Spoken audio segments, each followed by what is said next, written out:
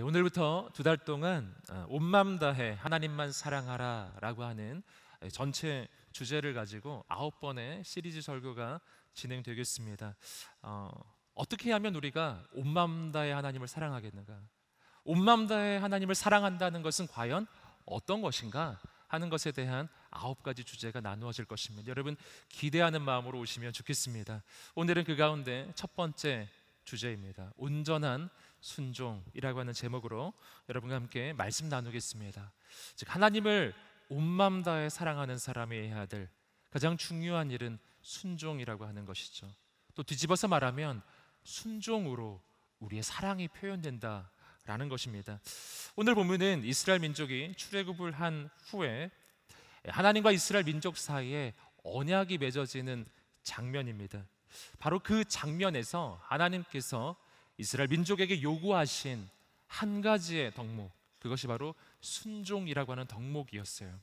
그 순종이라고 하는 덕목을 하나님 말씀해 주시면서 왜 이스라엘 민족이 순종해야 하는지 그게 두 가지의 내용을 말씀해 주십니다. 한 가지는 순종의 그 과거, 이러이러한 이유 때문에 우리는 순종할 수밖에 없다는 것이고요. 또 한 가지는 순종의 미래입니다. 우리가 순종했을 때 하나님이 이루실 놀라운 역사가 있기 때문에 순종해야 한다는 것이죠. 오늘 저는 이 두 가지 중요한 영적인 교훈을 함께 나누고자 합니다. 말씀이 선포될 때 우리 인생에 순종이 시작되기를 주님의 이름으로 축복합니다. 첫 번째 우리가 순종해야 하는 까닭입니다. 하나님이 우리를 먼저 사랑하셨기 때문에. 우리 출애굽기 19장 1절 2절 읽어보겠습니다. 시작. 이스라엘 백성들이 이집트를 떠난 지 셋째 달 되는 바로 그들은 시내 광야에 도착했습니다. 이스라엘 백성들은 르비딤을 출발해서 시내 광야에 들어가 그곳 산 앞 광야에 진을 쳤습니다. 아멘. 네. 자, 오늘 말씀은 이스라엘 민족이 출애굽을 하고 셋째 달 이스라엘 민족이 시내산 앞에 있는 시내 광야에 진을 치는 것으로 시작되고 있습니다.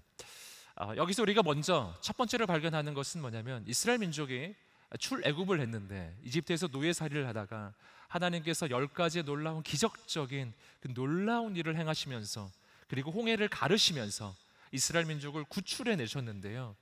그렇게 구원해 내셨다면 여러분 바로 즉시 천국이 시작되고 막 낙원이 시작돼야 할 것 같지 않으세요? 이집트에서 노예 생활을 하다가 하나님이 그들의 부르짖음을 듣고 구해내셨는데 구원을 받았다고 생각했는데 놀랍게도 오늘 말씀을 보시면 구원을 받았다고 생각한 그 다음 홍해를 건넌 즉시 뭐가 나왔다고요? 광야가 나왔어요. 할렐루야. 좋은 땅에 나와야 할 것 같은데 가장 힘든 땅, 인간은 살 수 없는 광야가 나왔다라는 것이죠. 여러분 왜 하나님이 이렇게 하셨는가? 기껏 그렇게 고생하셔서 이스라엘 민족을 구해내신 후에 왜 광야를 주시는 것입니까? 그 까닭을 우리는 그 이스라엘 민족의 역사 가운데 이 광야 여정 가운데 그 앞뒤의 그 역사 가운데에서 그 까닭을 발견하는데 그 까닭은 하나님께서 이스라엘 민족을 미워하시기 때문이 아니라 사랑하시기 때문이라는 것입니다. 사랑하시는데 그럼 왜 그렇게 하셨는가? 왜냐하면 광야의 여정을 통해서만 이스라엘 민족이 알 수 있는 게 있기 때문이에요. 여러 가지가 있지만 그 중에서 한 가지 아주 중요한 것은 뭐냐면 이스라엘 민족이 광야에 들어가서야만 진짜 구원이 무엇인지 알게 된다는 것입니다. 지금 이스라엘 민족은 지금 우리의 신앙의 여정으로 보자면 구원 사건을 경험하고 있는 것입니다. 이집트 노예에서 구원을 받는 것이죠. 그럼 구원을 받는 것, 이것은 뭘 의미하는 것인가? 사람들이 흔히 생각하는 구원이란 더 많이 가지는 것, 더 풍요한 삶을 사는 것, 이런 것을 자꾸만 생각한다라는 것이죠. 내가 무엇을 가지는가, 그 소유에 집중한다는 것입니다. 여러분 그러나 하나님께서는 이스라엘 민족에게 진짜 구원이란 그런 게 아니라는 것을 말씀해 주시는 것입니다. 만약 더 많이 가지는 것, 더 많이 누리는 것이라고 한다면 실은 광야가 아니라 이집트가 더 나은 곳이었을 수 있어요. 실제로 이스라엘 민족은 출애굽을 한 다음에 광야에 들어가서 너무나 살기가 힘드니까요. 그때 이집트가 좋았다는 말을 몇 번이나 합니다. 몇 번이나. 거기서는 맛있는 게 많았는데, 거기는 고기도 먹을 수 있었는데, 그러면서 자꾸 막 돌아가려고 해요. 옛날이 자꾸 좋았다는 거예요. 인간적으로 보기에는요, 광야보다 이집트가 더 좋은 곳이라니까요. 광야에서 이스라엘 백성들이 맞이했던 현실이 무엇인가요? 아무것도 없는 현실이었어요. 그곳에서 그들이 먹었던 음식은요, 매일매일 만나 내리는 거, 그 다음에 먹을 수 있는 물은 반석에서 솟는 샘물, 하나님께서 기적적으로 그냥 주셔야만 먹을 수 있는 샘물, 그거였습니다. 딴 건 없었어요. 이스라엘 민족이 살기가 너무 어려운 거예요. 여러분, 구원이란 뭔가요? 더 많이 가지는 것이라고 한다면, 더 많이 누리는 것이라고 한다면, 이 광야는 구원이 아닌 거예요. 그런데 하나님께서는 말씀하시는 것이거든요. 광야, 이곳이 진짜 구원이라고 이야기하는 거예요. 여러분, 그렇다면은 이집트보다 광야가 나은 게 뭐가 있나요? 무엇이 가장 본질적 차이인가요? 하나님은 그걸 지금 말씀해 주시는 거예요. 가장 본질적인 차이는 이집트에서는 그들이 하나님을 가지지 못했고요, 광야에서는 하나님을 가지게 됐다는 거예요. 여러분, 광야는 아무것도 없는 곳이에요. 하나님이 의도적으로 그곳에 보내신 겁니다. 아무것도 없기 때문에 하나님만 의지해야 하는 곳이에요. 아무것도 없기 때문에 만나로만 사는 곳이기 때문에, 하나님이 주시는 음식 말고는 딴 게 아예 없는 곳이기 때문에 그들은 매일매일 하나님을 의지할 수밖에 없는 거예요. 오늘도 하나님 의지해야 먹을 게 생기거든요. 오늘도 하나님 의지해야 생수가 솟거든요. 가야 할 길도 잘 몰라요. 하나님의 구름기둥, 불기둥이 없으면 그는 어디로 가야 할지도 몰라요. 그런 곳이 광야예요. 아무것도 없기 때문에 하나님만 보이는 곳이에요. 아무것도 없기 때문에 하나님만 의지하는 곳이에요. 그래서 역설적이게도 아무것도 없기 때문에 하나님을 가장 깊이 만나는 곳이에요. 광야. 그 광야의 여정을 통해서요, 이스라엘 민족은 구원이 무엇인지 분명하게 보게 되는 것입니다. 40년의 광야 훈련을 통해서 이스라엘 민족은 더 이상 환경에 흔들리지 않는 민족이 돼요. 더 이상 무엇을 가졌느냐에 흔들리지 않는 민족이 되는 것입니다. 이제 더 이상 사람 말 때문에 흔들리지 않는 민족으로 세워지는 거예요. 그리고 하나님 말씀에 순종하는 민족으로 세워지는 거예요. 광야는 정말 구원이었어요. 광야 40년의 세월을 지나고 나서 이스라엘 민족은 약속의 땅으로 들어갔을 때 백전백승, 그 땅을 휩습니다. 여러분, 이제 더 이상 이스라엘 민족은 어려운 상황과 현실 때문에 흔들리지 않는 존재가 되기 시작하는 거예요. 하나님만 의지하는 사람이 되는 것, 이게 진짜 구원이었어요. 여러분, 오늘 우리를 사랑하시는 하나님이 우리 인생에 주시는 게 광야다라는 것입니다. 여러분, 광야의 여정을 지나시는 분이 계신가요? 하나님이 당신을 사랑하신다는 것을 여러분 꼭 기억하시기를 주님의 이름으로 축복합니다. 계속해서 3절부터 5절 계속 읽어보겠습니다. 시작. 그때 모세가 하나님께 올라갔습니다. 그러자 여호와께서는 산에서 모세를 부르시며 말씀하셨습니다. 너는 야곱의 집에게 말하고 이스라엘 자손들에게 말하여라. 내가 이집트 사람들에게 행한 일을 너희가 직접 보았고 독수리 날개에 얹어 나르듯 내가 너희를 내게로 데려온 것을 보았다. 그러니 이제 너희가 내게 온전히 순종하고 내 언약을 지키면 너희는 모든 민족들 가운데 특별한 내 보물이 될 것이다. 온 땅이 다 내 것이지만. 아멘. 이제 하나님께서 시내 광야에 진을 치고 있는 이스라엘 백성들에게 모세를 통해서 하나님의 음성을 들려주시기 시작하셨어요.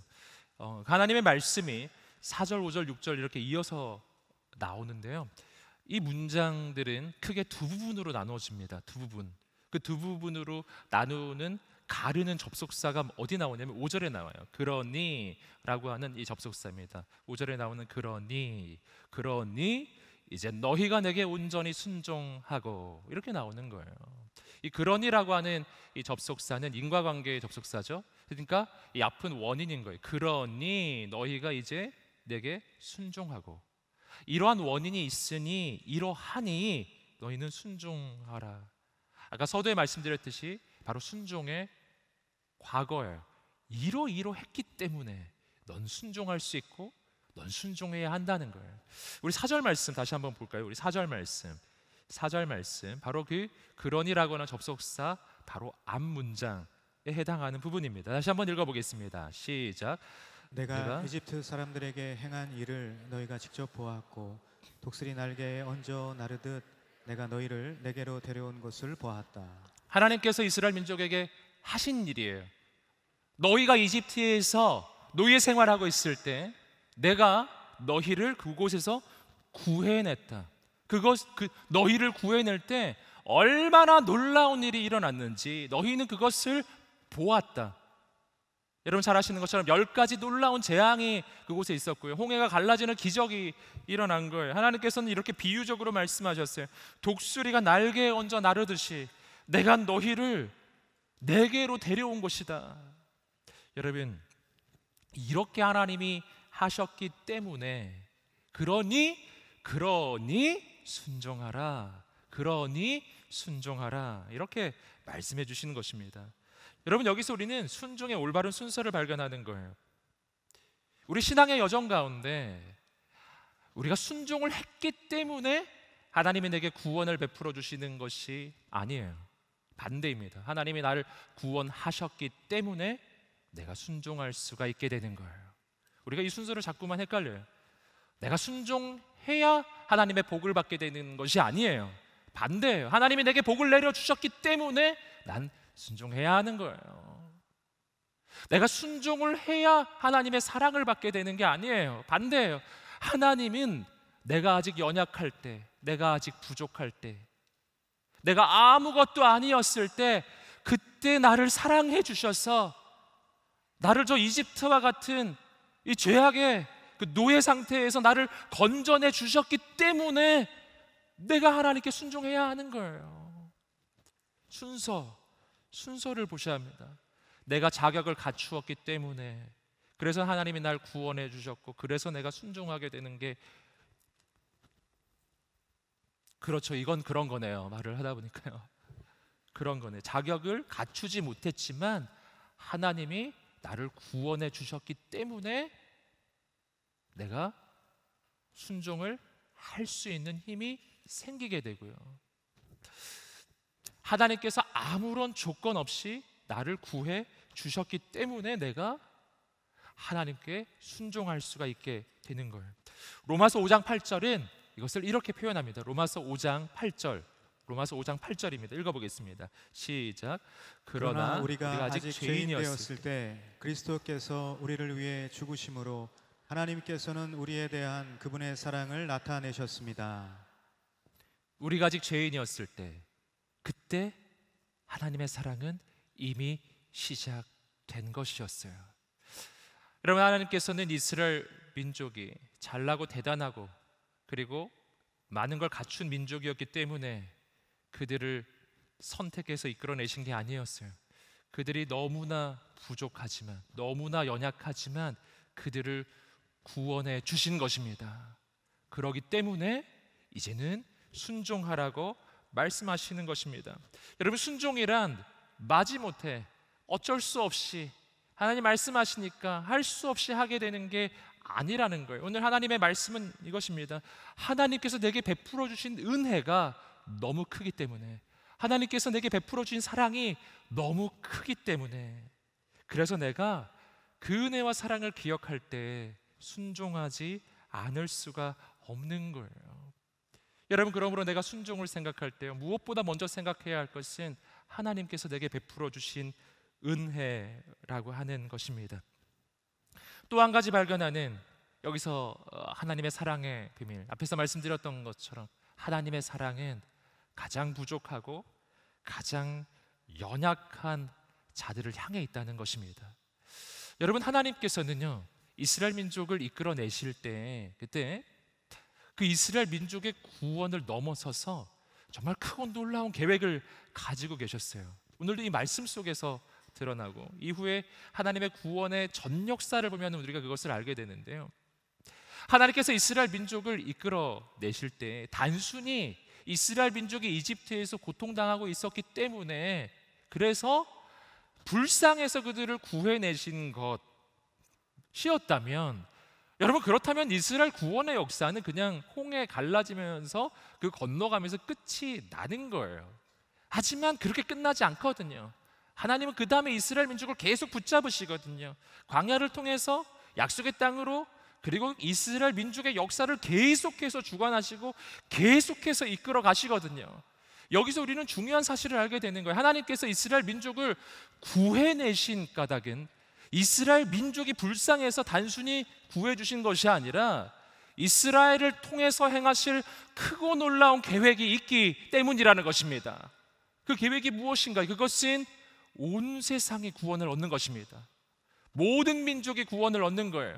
오늘 말씀이 그것을 보여주고 있는데, 이어지는 6절을 보시면 하나님께서는 이스라엘 민족을 세우셔서 어떤 나라? 제사장 나라로 세우시겠다고 약속해 주셨어요.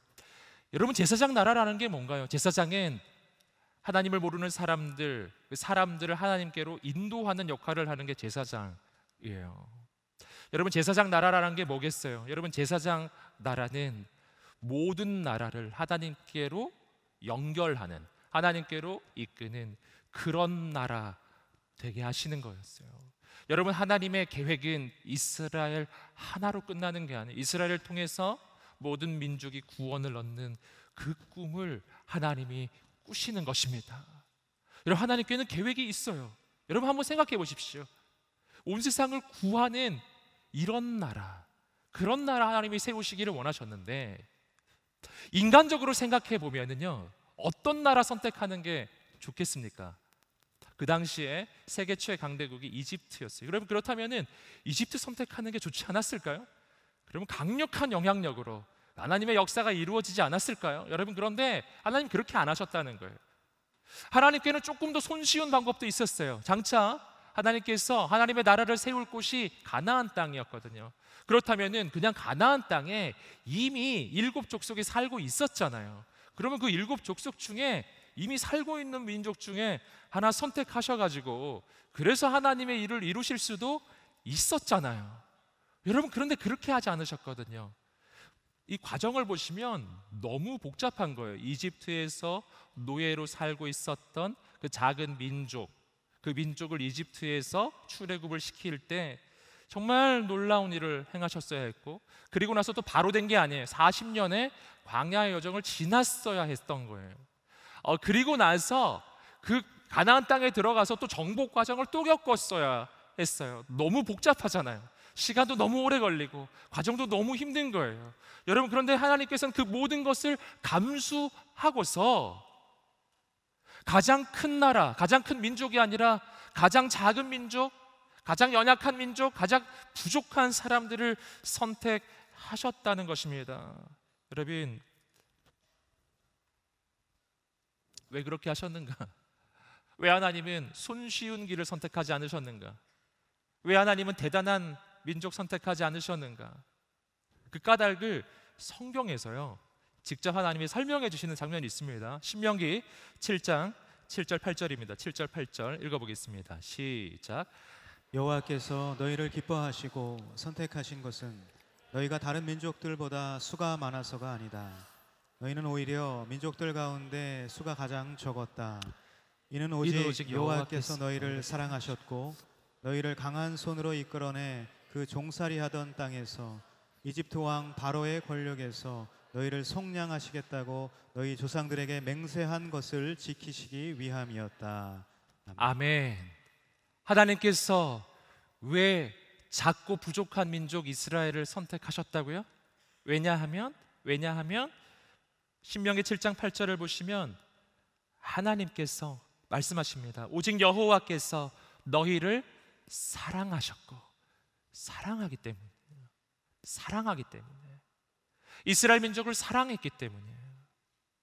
그리고 그 이스라엘 민족에게 주신 약속이 있었는데요, 그 약속을 지키기 위해서였어요. 왜 약속을 지키려고 할까요? 역시 사랑하기 때문이에요. 작은데 하나님이 사랑하시는 거예요. 부족한데 하나님이 사랑하시는 거예요. 다른 나라들과 비교했을 때 아무것도 아닌데 하나님이 사랑하시는 거예요. 그래서 그 나라를 통해 역사하셨다는 것입니다. 여러분, 하나님은 부족한 자를 사랑하신다, 연약한 자를 사랑하신다 라는 것입니다.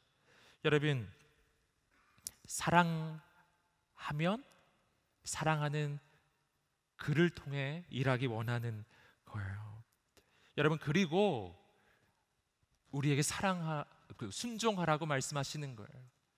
우리를 먼저 사랑하시고 그리고 순종해 달라고 요청하는 것입니다. 여러분, 주님께서 나를 먼저 사랑하셨다는 것을 기억하시기를 주님의 이름으로 축복합니다. 그 사랑 가운데 거하시기를 주님의 이름으로 축복합니다. 그 사랑에 잠기기를 주님의 이름으로 축복합니다. 그 사랑을 받잖아요. 내 안에 사랑이 흘러 넘쳐나서 내가 하나님을 사랑하게 되고 그리고 순종하는 것이 쉬워지기 시작하는 거예요. 베드로의 인생 가운데 언제부터 진정한 순종이 일어났는가? 가만히 보면, 이런 측면에서 보면 바로 이 장면이었어요. 베드로는 예수님의 가르침을 3년 동안 받았습니다. 여러분, 가르침을 받으면 순종하게 되는가? 이 베드로를 보면 그게 아니라는 걸 알게 돼요. 3년이나 가르침을 받았지만 예수 그리스도의 십자가 앞에서 베드로는 도망쳤습니다. 순종하지 않았어요. 불순종할 수밖에 없었어요. 여러분, 그런데 언제부터 순종했을까요? 아주 중대한 기점이 언제냐면 요한복음 21장에 나오는 기점입니다. 그때 그렇게 도망쳤던 베드로, 예수님 배신했던 그 베드로를 주님이 다시 찾아오셔서 그를 품어주시는 장면이 나와요. 요한의 아들 시몬아, 내가 나를 사랑하느냐? 주님의 질문이었어요. 여러분, 그것은 사랑의 고백이잖아요. 내가 나를 사랑하느냐? 베드로가 자신을 사랑해 주기를 원하는 예수님의 마음이 있는데, 그 마음에는 예수님은 이미 베드로를 사랑하신다는 마음이 담겨 있는 거예요. 예수님을 배신한 베드로, 예수님을 떠났던 베드로, 예수님을 부인했던 베드로, 예수님께 불순종했던 베드로에게 주님 다시 찾아오셔서 내가 너를 사랑하노라, 너는 나를 사랑하느냐? 여러분, 베드로를 다시 받아주시고 베드로에게 그 사랑을 부어 주셨을 때요, 베드로의 인생이 바뀌기 시작하는 거예요. 순종하는 인생으로 바뀌기 시작하는 거예요. 여러분, 우리의 인생이 언제 순종하게 되는가? 가르침을 받았을 때가 아니에요. 사랑을 받았을 때예요. 여러분, 하나님이 당신을 사랑하세요. 아들을 주실 만큼 사랑하세요. 십자가를 지실 만큼 사랑하세요. 여러분, 그 사랑을 기억하시기를 주님의 이름으로 축복합니다. 사랑하면 사랑하는 이의 말을 듣게 돼 있어요. 여러분, 남편은 어떻게 하면 아내의 말을 잘 듣게 될까요? 아내를 무서워할 때가 아니다. 너무 두려워서 맞을까봐, 물론 그래도 순종은 하겠지만 너무 힘들 거예요. 막 너무 괴로울 거예요. 막. 여러분, 아내를 사랑하면 아내의 말을 따르게 돼 있어요. 무조건 따르게 돼 있어요. 저는 아내를 사랑합니다. 여러분, 남편은 어떻게 해야 바람을 피지 않을까요? 아내가 너무 무서워서, 너무 두려워서 이러면은 어려워져요.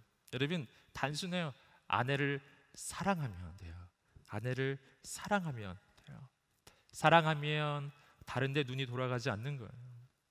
여러분, 오늘 이 예배의 시간이 주님과 사랑에 빠지는 시간이 되시기를 주님의 이름으로 축복합니다. 그러면 주님 말씀 따르는 게 쉬워지기 시작할 거예요.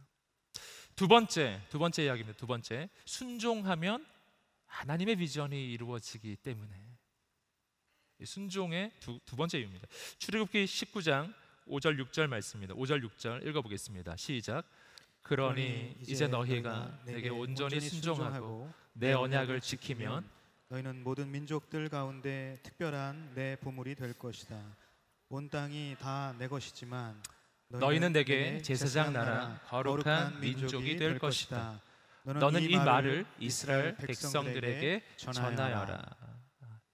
앞에서 말씀드렸던 것처럼 이 4절의 앞부분은 순종의 과거의 이유가 되고요, 5절 6절 말씀은 순종했을 때 일어나는 하나님의 꿈과 소망과 비전을 보여주시는 거예요. 너희가 순종하라. 순종했을 때 무슨 일이 일어나는가? 너희는 나에게 특별한 보물이 될 것이다. 너희는 제사장 나라가 될 것이다. 너희는 거룩한 민족이 될 것이다. 하나님이 비전을 말씀해 주시는 것입니다. 아까도 말씀드렸던 것처럼 여기에는 하나님의 이스라엘 민족만을 향한 비전이 아니에요. 그 민족을 넘어서서 그 민족을 통해서 이루실 놀라운 꿈과 비전, 온 세상을 구원하는 비전이에요. 여러분, 이 비전은 이 시점에서 시작된 비전이 아니에요. 이것은 처음에 아담과 하와가 하나님의 말씀에 불순종하고 거역함으로써 타락했을 때요, 그때부터 시작된 비전이에요. 하나님은 그때부터 이 모든 인간을 구원하기 원하신 거예요.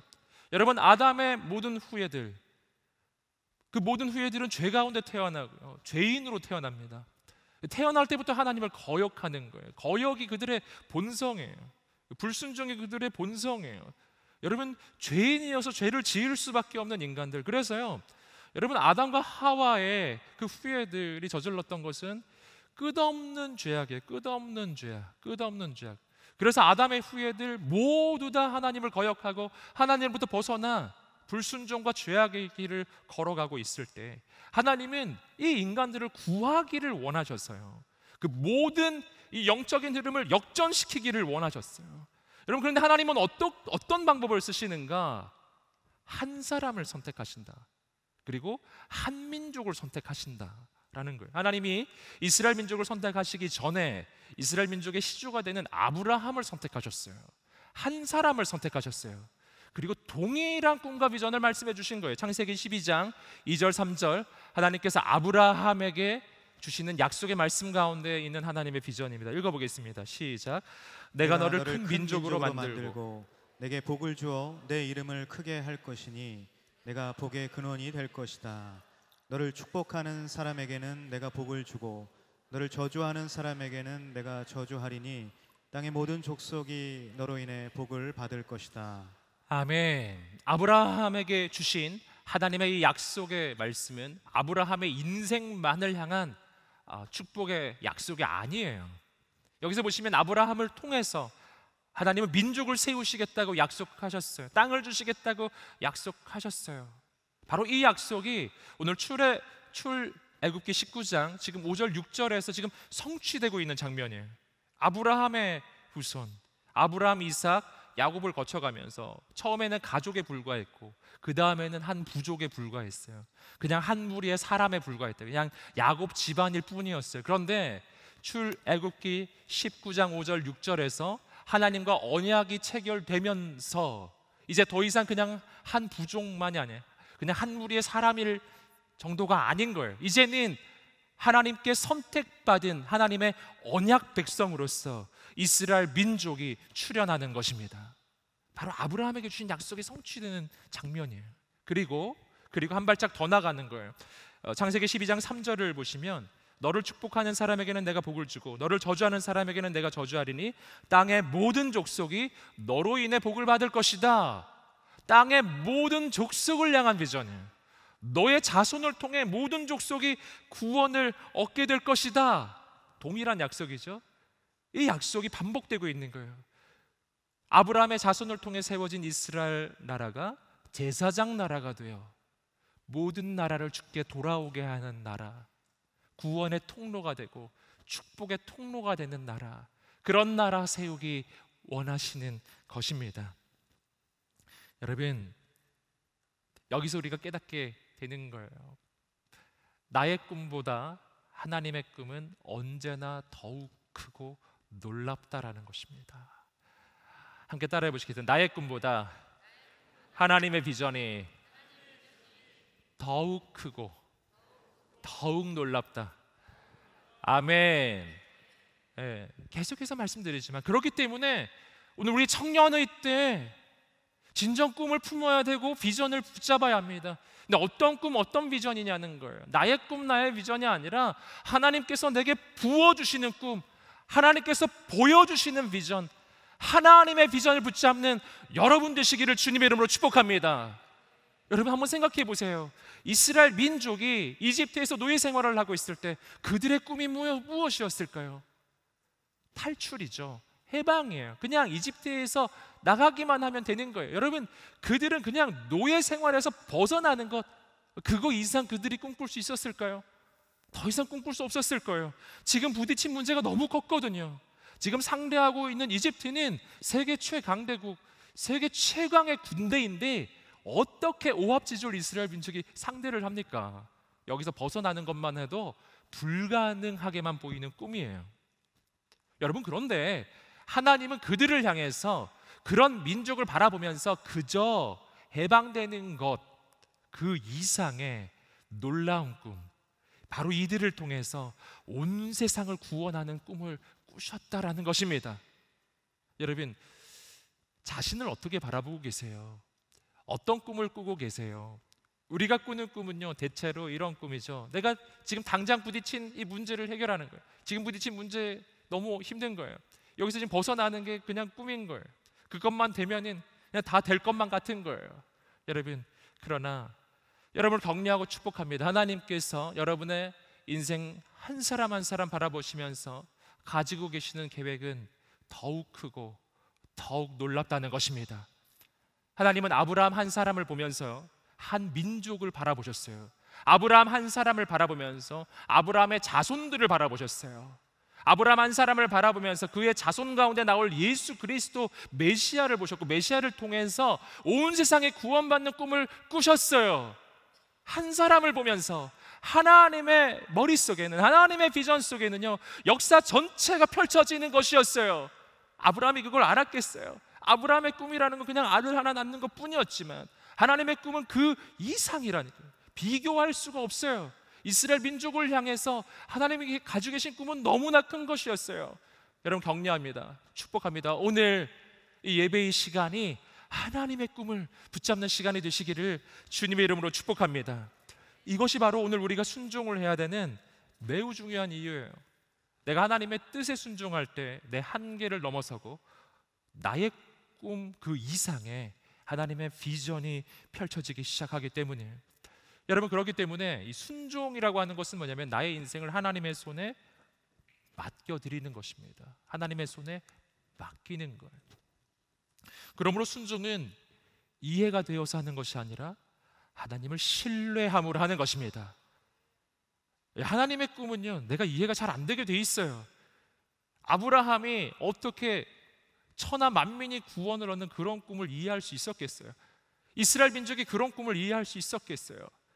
이해할 수 없지만 사실인 거예요. 나는 이해할 수가 없지만 하나님께는 이미 계획이 세워져 있는 것입니다. 그래서 주님이 말씀하시는 거예요.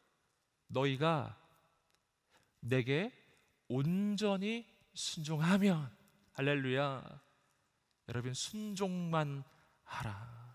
순종만 하라. 순종이란 이해가 되기 때문에 하는 게 아니에요. 순종이란 하나님을 믿는 믿음으로 하는 것입니다. 여러분, 순종이란 이런 고백이에요. 하나님, 나는 할 수 없습니다. 내 힘으로 할 수 없습니다. 하나님, 내가 책임질 수가 없습니다. 하나님께서 이루어 주옵소서. 그렇게 주님께 맡기는 거예요. 여러분, 그때부터 하나님께서 일하시는 줄 믿습니다. 그러므로 순종하면 나의 한계를 뛰어넘어서 하나님의 능력의 역사가 시작되는 줄 믿습니다. 여러분, 불순종이란 이런 뜻이에요. 이 문제는 제가 처리하겠습니다. 이건 제가 책임지겠습니다. 이 문제만큼은 하나님 손 떼세요. 하나님이 안 하셔도 돼요. 하나님, 제가 할게요. 이런 뜻이라고요. 여러분, 어떻게 될까요? 불순종하면 그때부터는 내가 책임져야 돼요. 내가 책임져야 돼요. 책임질 수 있으신가요? 그래서요, 불순종하면 한계에 갇히고 언제나 내가 예상했던 일이 일어나요. 그 이상의 일은 일어나지 않아요. 그래서 우리의 생각하고 정말 반대입니다. 우리는 늘 순종보다 불순종이 쉬운 거라고 생각해요. 순종이 너무 어려운 거라고 생각해요. 순종이 희생을 치르는 것이라고 생각하죠. 순종이 손해를 감수하는 것이라고 우리는 늘 그렇게 생각해요. 불순종하는 게 더 쉽고 이게 더 이익이 될 거라고 생각해요. 하지만 성경적으로는 정확하게 반대예요. 어느 쪽이 손해를 보고 어느 쪽이 희생을 치르고 어느 쪽이 진짜 두려운 것인가? 불순종 쪽이에요. 불순종 쪽. 하나님이 책임지시는 길을 갈 것인가? 내가 책임지는 길을 갈 것인가? 하나님의 능력의 손에 붙잡히는 길을 갈 것인가? 아니면 하나님의 손에서 벗어나는 길을 갈 것인가? 그 선택을 하는 것입니다. 여러분, 순종하시기를 주님의 이름으로 축복합니다. 순종하시기를 주님의 이름으로 축복합니다. 여기서 항상 여기서 의문이 생겨요. 그렇다면 주님, 저 정말 순종하고 싶은데요, 어떻게 하나님의 뜻을 알 수 있을까요? 이게 아주 중대한 질문이죠. 나 순종하고 싶은데 하나님의 뜻을 잘 모르겠어요. 어떻게 하면 그 뜻을 알 수 있는가? 우리는 이 본문에 이 순종이라고 하는 단어의 뜻에서 어떻게 그렇게 할 수 있는지 발견할 수가 있습니다. 오늘 우리말 성경에서는요, 이 부분을 너희가 내게 온전히 순종하고 이렇게 지금 번역을 하고 있어요. 하지만 바로 이 똑같은 부분을 개역 개정에서는 다르게 번역하고 있습니다. 출애굽기 19장 5절 개역 개정의 번역으로 읽어 보겠습니다. 시작. 세계가 다 내게 속하였나니 너희가 내 말을 잘 듣고 내 언약을 지키면 너희는 모든 민족 중에서 내 소유가 되겠고. 그렇죠. 다른 부분은 다 비슷한데 한 부분이 달라요. 너희가 내 말을 잘 듣고. 우리말 성경에서는 온전히 순종하고 이렇게 나오죠. 여러분, 순종이라는 단어가 개역 개정에서는 듣는다는 것으로 번역이 되어 있습니다. 어느 쪽 번역이 맞는가? 둘 다 맞아요. 같은 단어예요. 같은 단어인데 히브리어로는 샤마라고 하는 동사입니다. 이 동사의 기본 의미는 듣다라는 뜻이에요. 듣다, 듣는다. 그러니까 개역 개정 번역도 맞는 거예요. 그런데 그 듣는다는 뜻에서 조금 더 깊게 가면 이것이 순종한다, 또 이해한다, 이런 뜻까지 계속 이어져 가요. 근데 가장 기본 의미는 뭐라고요? 듣는다는 뜻이에요. 여러분, 그러므로 이 순종이란 어떻게 가능해지는가? 들어야 가능하다라는 것이죠. 내가 어떻게 하나님의 뜻을 분별할 수가 있는가? 하나님의 음성을 들어야 알게 된다라는 것입니다. 또 질문이 생기죠. 어떻게 그럼 하나님의 음성을 들을 수가 있나요? 여기서는 우리가 한 가지 중요한 영적 확신을 하나 품어야 돼요. 요한복음 10장 3절 4절입니다. 요한복음 10장 3절 4절 함께 읽겠습니다. 시작.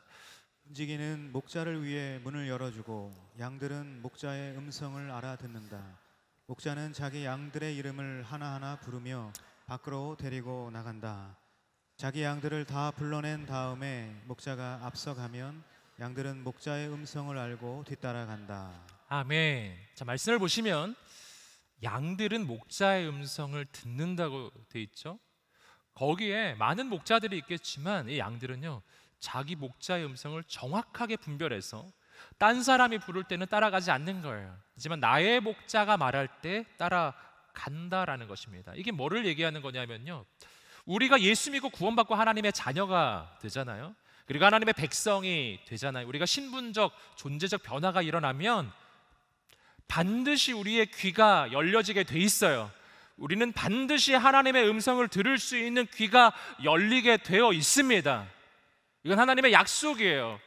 양은 목자의 음성을 듣는다. 믿으시기를 주님의 이름으로 축복합니다.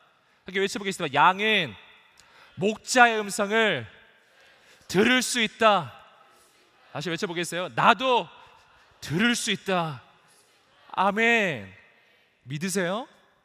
믿으십니까? 이 믿음이 있어야 돼요. 난 하나님의 음성을 들을 수 있는 사람이 된 거예요. 예수 그리스도를 믿고 구원받고 하나님의 자녀가 됐다면 예외가 없는 거예요. 여러분, 그런데 왜 안 들리냐 하는 거예요. 여러분, 귀는 있는 거예요. 영적인 귀는 있어요. 왜 안 들리냐? 우리가 몇 가지 상황을 좀 생각해 볼 수가 있습니다. 한 가지 상황은 뭐냐면은 내가 주님의 음성에 귀를 기울이지 않을 때, 마치 뭐하고 비슷하냐 하면은 내가 음악을 청취할 수 있는 라디오를 소유하게 됐어요. 하지만 그 라디오를 통해서 음악을 들으려면 어떻게 해야 되죠? 주파수를 맞춰야 들리는 거예요. 마치 이와 같은 거예요. 내가 예수 믿고 구원받고 하나님의 자녀가 되면 하나님의 음성을 들을 수 있는 그러한 존재가 된 거예요. 그런데 주파수를 하나님께 맞춰야 들린다. 주파수를 주님께 맞추어야 한다라는 거예요. 이것은 주님의 음성에 주목하는 거예요. 또 다른 상황을 한번 또 이야기해 보면 이런 상황을 이야기해 볼 수 있습니다. 소파에 앉아가지고 내가 TV를 보고 있어요. 드라마가 너무 재미있는 거예요. 막 너무 재밌게 보고 있어요. 근데 옆에서 누가 뭐라고 막 계속 뭐라고 막 하는 거예요. 들릴까요? 안 들려요. 듣는데 듣는 게 아닌 거예요. 왜냐하면 내가 이 사람에게 주의를 집중하고 있지 않기 때문이에요. 마치 그와 같은 것입니다. 여러분, 우리의 귀에는요 수많은 소리가 들려와요. 우리의 영혼에는 수많은 존재가 속삭여요. 사람도 마귀도 악령도 성령도 하나님도 막 다 속삭여요. 그 가운데 하나님께 주파수를 맞추시기를 주님으로 축복합니다. 하나님 말씀하지 않으시는 게 아니라니까요. 내가 주님께 주목하지 않는 거예요. 주님께 귀를 기울이지 않는 거라고요. 내 관심이 주님을 향하지 않고 있는 거예요. 내 관심이 세상을 향해 있는 거예요. 세상 소리, 사람 소리, 거기에 귀를 기울이면 주님의 음성이 안 들리게 돼 있습니다. 오늘부터 주께 귀를 기울이는 우리가 되기를 주님의 이름으로 축복합니다. 주님의 음성에 내 귀가 열리는 또 한 가지 아주 중요한 방법은 순종의 결단을 하는 거예요. 순종의 결단. 순종의 결단을 하지 않으면 주님 말씀하셔도 안 들리게 돼 있어요. 사람들은 듣고 싶은 것만 듣고 보고 싶은 것만 봐요. 내가 듣고 싶지 않은 소리가 들리면 안 들어요.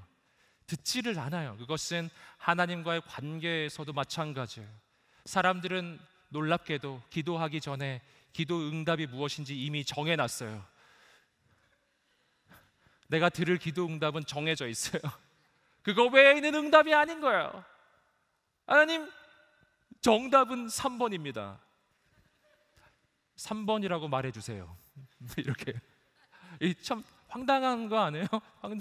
황당해요. 예. 답이 정해져 있는 거예요. 내가 하나님 앞에 나아갈 때 그렇게 나아갈 때가 너무 많은 거예요. 하나님께 간절히 기도는 합니다. 하지만 주님의 음성을 듣고 싶은 게 아닌 거예요. 그냥 내가 정해놓은 답을 하나님이 컨펌해 주기 원해요. 하나님이 그거 말고 딴 답을 말씀하시잖아요. 그러면 잘못 들었다고 생각해요. 영적 공격이라고 생각한다. 그래서 마귀야 물러가라. 하나님 말씀하고 계신데 여러분 어떻게 해야 되겠어요? 어떻게 해야 되겠어요? 여러분, 그래서 주의 음성을 들으려면 어떻게 해야 되냐면 오픈돼 있어야 돼요. 무엇이든 하나님, 불이익이 있어도 손해가 나도 난 원래 이쪽이 아니었는데, 하지만 하나님 무엇이든 아버지 말씀하시는 대로 제가 순종하겠습니다. 이 마음이 있어야 그때부터 주의 음성이 들리기 시작하는 거예요. 주님의 음성을 듣는 가장 중요한 방법이 있습니다. 그것은 주님을 사랑하는 것입니다. 사랑하면 들리고 사랑하면 보이는 거예요. 사랑하지 않으면 들리지 않고 사랑하지 않으면 보이지도 않아요. 저희 아들이 학교에서 뭐 여러 가지 행사를 하면요, 그러면은 그 학교에서 요즘에는 그 사진을 막 보내주더라고요. 행사에 참여했다고 막 여러 사진을 막 찍어요. 그러면 애들이 되게 많잖아요. 그러니까 뭐 우리 아들만 특별히 딱 찍어준 게 아니에요. 그냥 전체적으로 찍은 거예요. 행사할 때 이렇게 찍고 저렇게 찍고.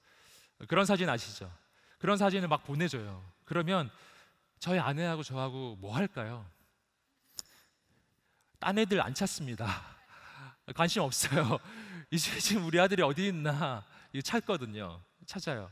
가끔 저희 아내가 본인은 찾았는데 나는 찾을 수 있는지 막 시험해요. 예. 굉장히 난이도가 높은 게 있어요. 얼굴이 딱 정면으로 나오면 금방 찾는데요. 근데 난이도가 높은 게 있어요. 뒤통수 이런 거. 난이도가 좀 높아요. 더 높은 난이도도 있어요. 뭐 이렇게 다리 한 짝 뭐 이런 거. 예. 그냥 뒷모습인데 그냥 허리 조금 나온 거 이런 거. 과연 찾을 수 있겠는가? 할렐루야. 찾을 수 있더라고요. 솔직히 우리 아내가 더 정확도가 높아요. 근데 여러분, 이게 뭔가 아빠 엄마는요 아들을 찾아내요. 조금만 나와도 찾아내요. 왜죠? 사랑하기 때문이죠. 사랑하기 때문이에요. 저희 아들이 아주 어렸을 때 이래요. 저는 한참 자고 막 푹 자고 일어나면은 우리 아내가 우리 아들이 깨가지고 정말 한참 돌보느라고 잠을 못 잤다고 그래요. 저는 못 들었는데 우리 아내가 듣더라고요. 예, 아들의 울음소리, 작은 소리를 듣더라고요. 깨달았어요. 나보다 아내가 아들을 더 사랑하는구나. 저도 사랑한다는 것을 좀 확인하고 여러분, 엄마는 아들의 소리를 들어요. 분별해요. 여러분, 사랑하기 때문이죠. 사랑하면 들리고 사랑하면 보이는 것입니다. 하나님의 음성이 마찬가지예요. 사랑하면 보이고 사랑하면 들릴 것입니다. 사랑하면 사랑하는 이의 음성이 듣고 싶고 사랑하면 사랑하는 이가 보고 싶은 것이죠. 내가 듣고 싶은 소리가 하나님의 음성이 되기를 소원합니다. 내가 보고 싶은 분이 하나님이 되기를 소망합니다. 사랑하면 사랑하는 이의 말을 듣는 게 쉬워져요. 사랑하면 사랑하는 이의 말에 순종하는 게 너무 쉬워져요. 사실은 사랑하면 사랑하는 이의 말을 어기는 게 너무 어려워요. 너무 괴로운 거예요. 순종하는 게 괴로운 게 아니라 불순종하는 게 너무 괴로워지기 시작해요. 여러분, 하나님이 나를 사랑하십니다. 언제부터요? 내가 연약할 때, 내가 죄인이었을 때, 내가 아무것도 아니었을 때, 내가 너무 부족했을 때, 내가 죄의 노예였을 때, 내가 마귀의 노예였을 때, 정말 아무것도 아니었을 때 하나님이 나를 그때부터 사랑하신 거예요. 그래서 하나님이 나를 여기까지 이끌어 오신 것입니다. 여러분, 그분의 사랑 가운데 거하십시오. 그분을 사랑하십시오. 그분께 순종하십시오. 오늘 우리가 결단하게 되기를 소망합니다. 그러면 오늘부터 하나님의 놀라운 역사가 우리 인생 가운데 시작될 것입니다. 저는 이 시간에 이 찬양을 함께 하면 좋겠어요. 이 찬양이 기억에 나는데 오래된 찬양이긴 하지만 주님과 우리 사이에 그 사랑을 노래하는 귀한 찬양, 나 무엇과도 주님을 바꾸지 않으리. 우리 이 찬양 하나님 앞에 한번 올려드렸으면 좋겠습니다. 이 찬양 고백할 때 우리 함께 자리에서 일어나셔서 우리 하나님 앞에 고백하겠습니다.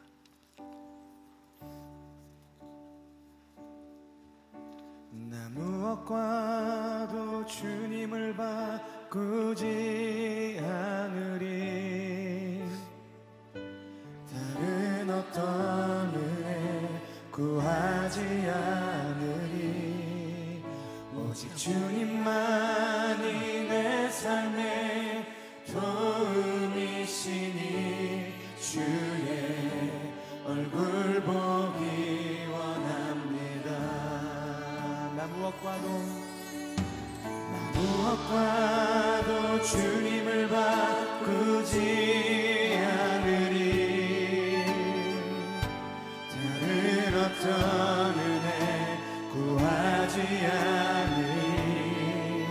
오직 주님만이 내 삶의 도움이시니 주의 얼굴 보기 주님 사랑해요.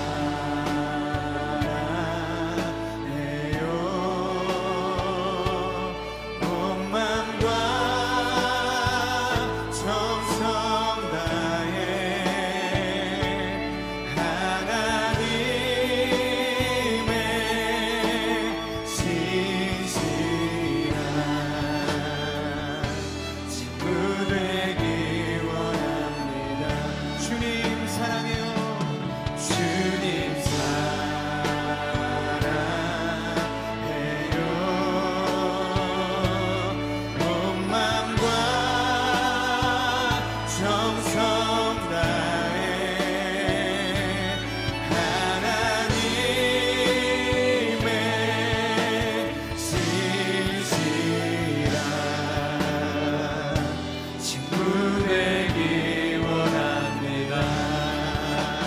이 시간 우리가 함께 기도할 때 사랑하는 주님, 오늘 내가 주의 음성을 듣기를 원합니다. 주님의 그 음성을 듣게 하여 주옵소서. 내가 아직 죄인이었을 때, 죄악의 노예였을 때, 바로 그때부터 나를 사랑하셔서 나를 건져내신 주님, 내가 그 주님의 사랑 가운데 잠기게 하여 주옵소서. 주님을 사랑하게 하여 주옵소서. 우리의 귀를 열어주셔서 나를 사랑하시는 주님의 음성을 듣게 하여 주옵소서. 그 주님께 순종하게 하여 주옵소서. 우리 하나님 앞에 두 손을 들고 주여 한번 외치며 기도하겠습니다. 주여 아버지,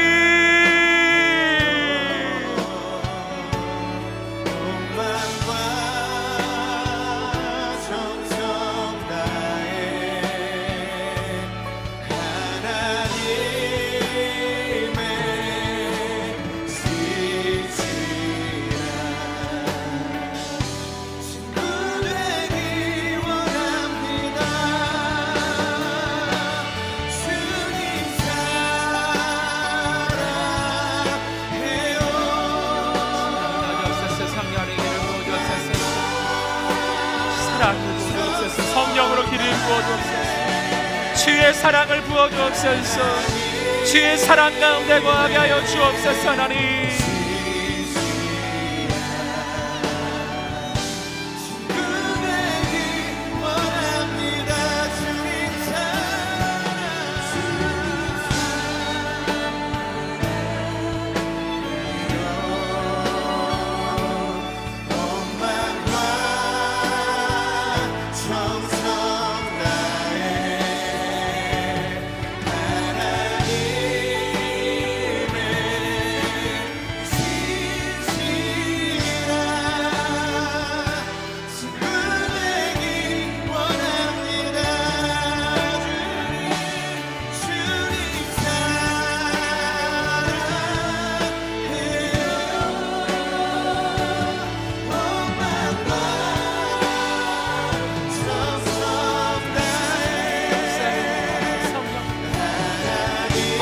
사랑을 부어주옵소서. 거룩하신 주님, 주님의 음성만 듣게 하여 주옵소서.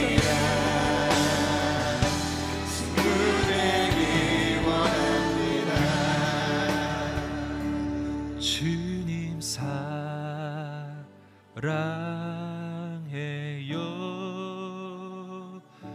온 마음과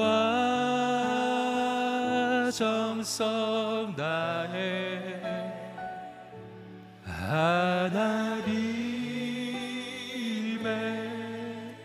신실한 친구 되기 원합니다. 주님 사랑해요. 주님 사랑해요.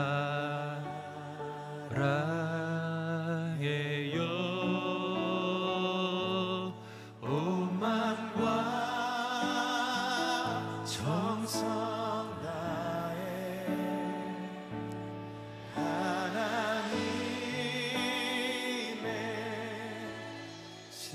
신실한 친구 되기 원합니다. 사랑하는 주님, 내가 주님의 음성을 듣게 하여 주옵소서. 내 영혼의 귀를 열어 주옵소서. 내 영혼에 내 모든 주의가, 내 모든 마음이, 내 모든 생각이 주님께 집중하게 하여 주옵소서. 주님을 바라보게 하여 주옵소서. 주님의 음성만 듣게 하여 주옵소서. 그 음성에 순종하게 하여 주옵소서. 예수 그리스도를 명하느니 모든 혼잡함이 떠나갈지어다. 모든 혼돈이 떠나갈지어다. 내 안에 얼마나 많은 소리가 들려오는지 모릅니다. 주님도 말씀하시지만 세상도 말하고 마귀도 말합니다. 하나님, 내게 분별력을 허락하여 주옵소서. 주님의 음성을 들을 수 있는 분별력을 부어 주옵소서. 양은 목자의 음성을 듣는다고 하나님이 분명히 약속하셨습니다. 아버지 하나님, 나의 목자 되신 주님의 음성만 듣게 하여 주옵소서. 주님의 음성만 붙잡게 하여 주옵소서. 그때 우리의 인생이 새로운 길, 새로운 단계로 나아가게 하여 주옵소서. 여러분, 우리가 순종해야 될 또 한 가지 중요한 이유는 내가 주님의 음성을 붙잡을 때 하나님께서 나를 통해 이루실 역사가 있기 때문이에요. 하나님의 비전이 있기 때문이에요. 하나님, 내 안에 하나님의 비전이 새로워지게 하여 주옵소서. 내가 오늘 이 시간 나를 향한 하나님의 그 음성을 듣게 하여 주옵소서. 나를 통해 세상을 구원하는 하나님의 꿈과 비전이 있습니다. 나를 통해 우리 가정이 구원되는 비전이 있습니다. 나를 통해 우리 직장이 살아나는 하나님의 꿈이 있습니다. 주님, 나를 사용하여 주옵소서. 하나님의 비전을 붙잡게 하여 주옵소서. 아버지의 은혜와 구원의 손길이 되게 하여 주옵소서. 주 앞에 두 손 들고 주여 세 번의 치며 기도하겠습니다. 주여, 주여, 주여.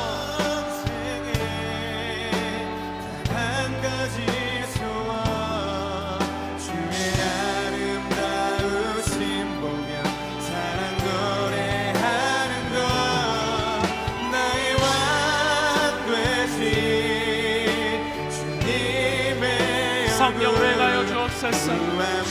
거룩하신 하나님 아버지, 주여 역사여 주옵소서. 하나님 기름 부어 주옵소서. 하나님,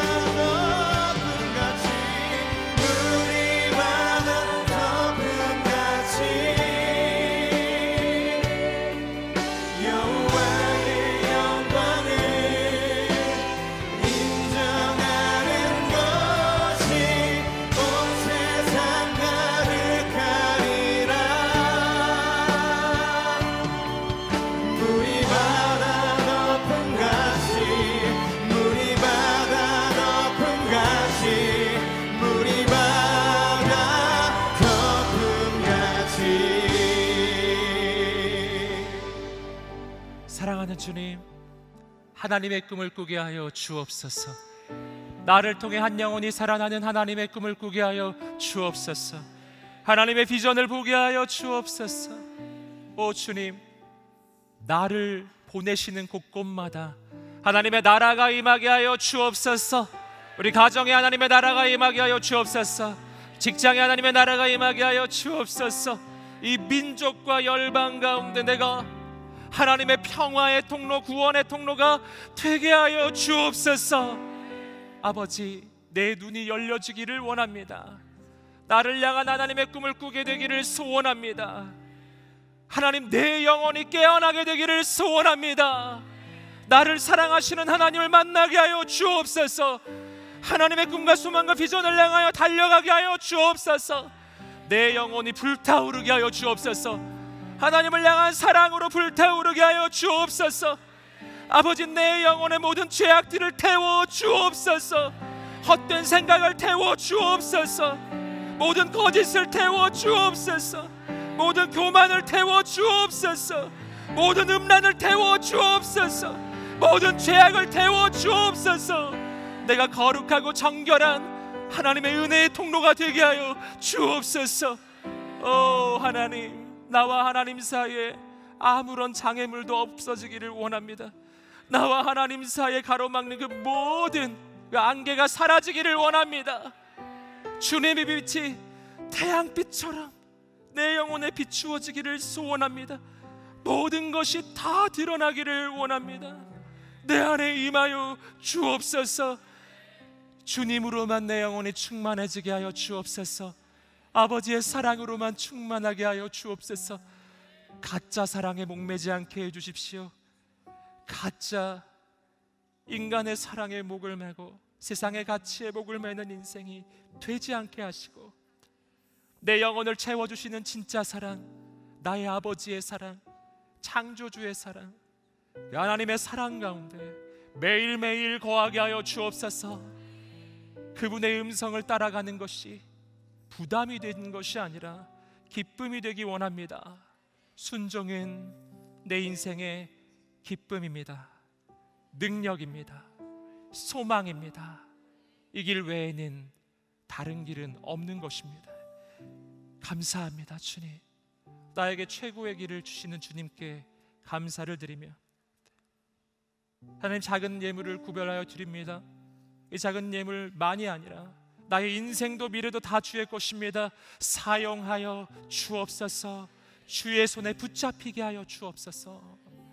지금은 우리 주 예수 그리스도의 은혜와 하나님의 사랑과 성령의 교통하심이, 오늘 나를 사랑하시는 하나님, 내가 사랑하는 그 하나님께 오직 순종하기로 결단하는 모든 하나님의 사람들 머리 위에, 이 민족과 열방과 모든 선교사님들 위에 지금부터 영원까지 함께 하시기를 간절히 축원하옵나이다.